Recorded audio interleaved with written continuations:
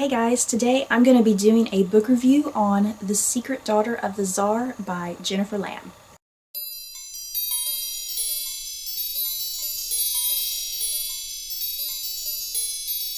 The Secret Daughter of the Tsar tells the story of three women who share a secret that relates to the last Tsar of Russia. In present-day California is Victoria. She meets a mysterious man who may be the lost heir to the Russian throne. In 1940s Nazi-occupied France is Charlotte. She is on the run with her husband and son, and they are being chased by a German officer who is seeking knowledge about the Russian family. In the 1902 Russian imperial court is Lena, and she is a servant and confidant to Empress Alexandra. These three women and their stories collide in the most unexpected of ways, and the future of Russia is in their hands.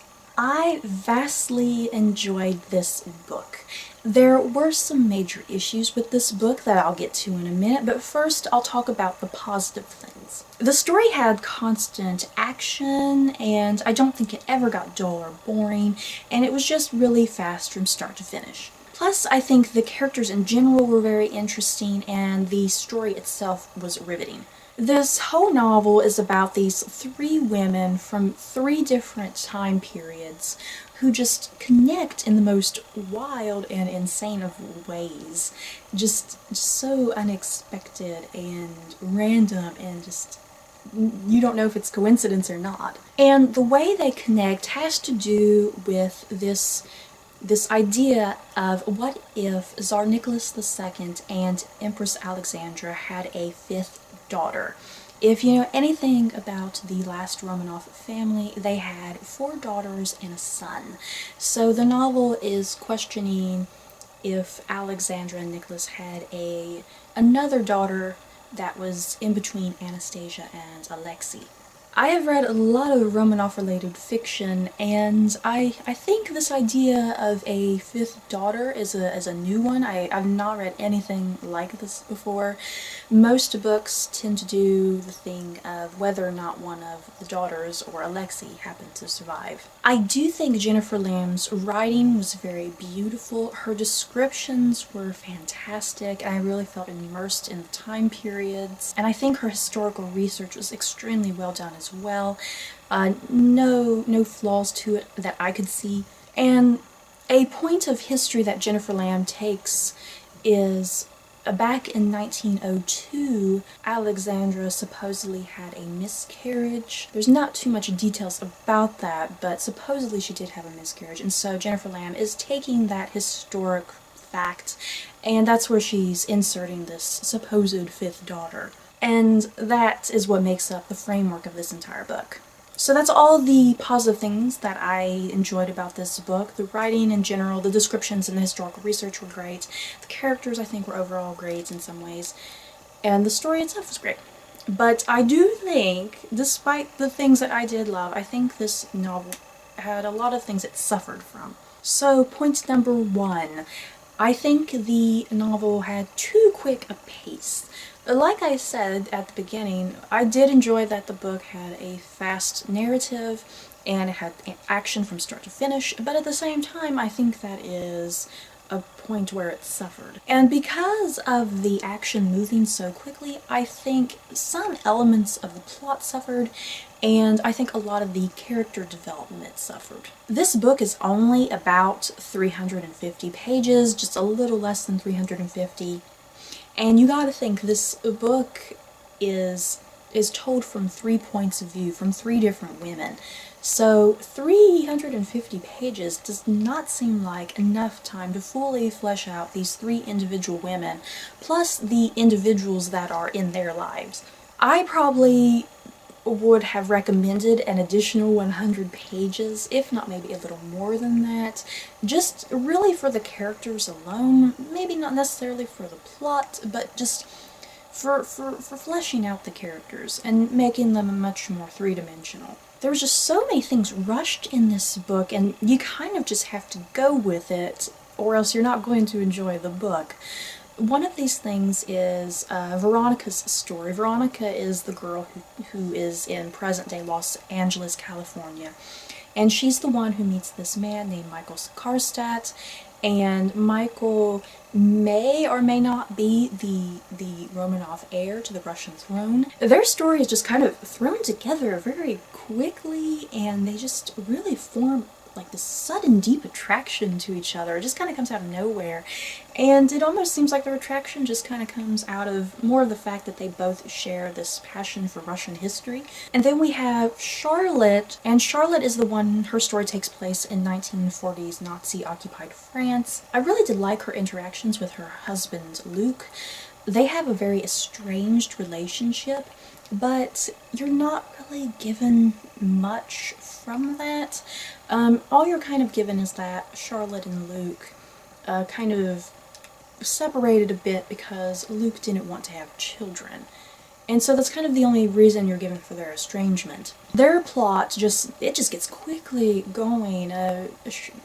Charlotte is pretty much immediately on the run when this German officer comes to her door and is asking about her. And she grabs her son, she takes off, she goes to Luke's house, and then they take off, and it's all very, very quick, and you don't get much in between.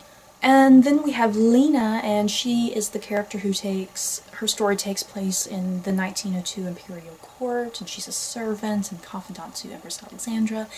And her story is pretty great, but once again, it's just all this background information that I was having trouble with, and her background is kind of just thrown out at you, and you kind of just gotta go with it. And plus, her relationship with this guardsman named Pavel is kind of thrown together, very much like Veronica and Michael, and you just gotta go with that too. So yeah, a lot of rush in all three of the narratives, and it's mostly a big issue of the backstory and all the information kind of just being thrown at you, rather than kind of gradually given to you over the course of the story.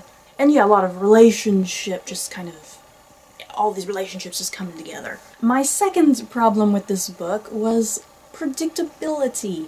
This novel is about a fifth daughter that supposedly was between Anastasia and Alexei. So me just telling you that, you can probably already guess how the narrative of this whole novel works, as it weaves throughout Veronica, Charlotte, and Lena's stories. Especially once you see the time frames, because you have 1902, and then the 1940s, and then present day. So you can probably do math and easily kind of figure out how they're all connecting. For me, even if I guess pretty early on elements of a story that I think how the story is going to end, it doesn't really upset me too much, because I still like going on that journey and seeing how the plot points connect, and then seeing if my guesses end up being correct. If you can guess the ending of a book immediately from the start of the book, and if you don't like that, then you may not like this book at all. So I wouldn't recommend it. If you like to be someone who's surprised, then this is not the book for you. And that's something about Jennifer Laam's writing. I wasn't quite sure what Jennifer Laam was going for exactly. Did she want the reader to guess early on the end of the book? Was that intentional? Was it supposed to be, when, like, the reader is in the know on how things are going, but the characters do not know what's going on. So I wasn't quite sure if that was intentional from Jennifer Laam or not. And then my third complaint about the book is really just a very minor personal thing to me. I think the book kind of suffered from lack of Romanovs, if that makes any sense. For a book that is about the Romanov family, they're not really in it. Empress Alexandra and the Dowager Empress Marie, they are the two central characters from that family, which is actually kind of refreshing because you hardly see historical fiction novels that focus kind of solely on the two of them. Tsar Nicholas II, he really just kind of makes a cameo, and I don't even think he speaks. And then only one of the Grand Duchesses, I think it was Olga, she kind of just makes a cameo. And so, yeah, it's just really Alexandra and Marie who are kind of the central figures from that family. But outside of the Romanovs, even though the Romanovs weren't totally all in it, other kind of central figures from that time period are in the book. For instance, Tsar Nicholas had a mistress. She was a ballerina, Matilda Krushinskaya, if I'm pronouncing that correctly. Matilda Krushinskaya plays a very pivotal role in Charlotte's story. Speaking of Matilda Krushinskaya, does anyone know if there's any good historical fiction based on her life? You know, she was the mistress of Tsar Nicholas II, and she was a ballerina, and it just seems like she had a very interesting life, and I'd really love to read some historical fiction on her. I've not read any nonfiction, but I think historical fiction would be pretty cool with her, and see things from her point of view. And then I believe Pavel, who is kind of the love interest in Lena's story, I believe Pavel was a real historical figure. I'm not sure if that was his name, but he is a royal guardsman, and the Romanovs did have an African-American guardsman that was under their employ, and Pavel is an African-American, and I believe that is the historical Pavel.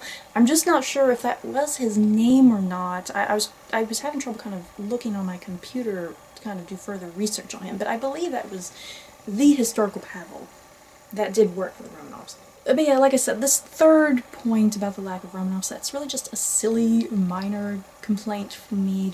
I personally would have liked to have seen more of the family.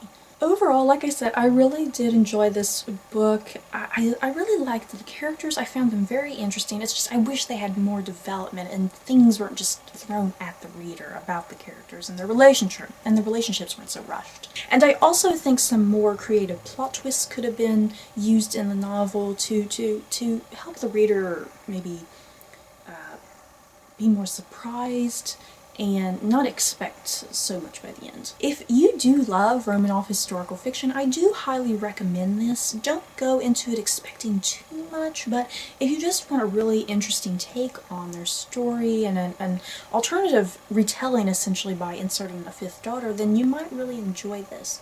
So that's it for this review, you guys. Have you read this book, or do you intend on reading it? Just let me know in the comments below. Don't forget to like, comment, and subscribe, and if you liked this review, you may like these reviews. Bye, guys.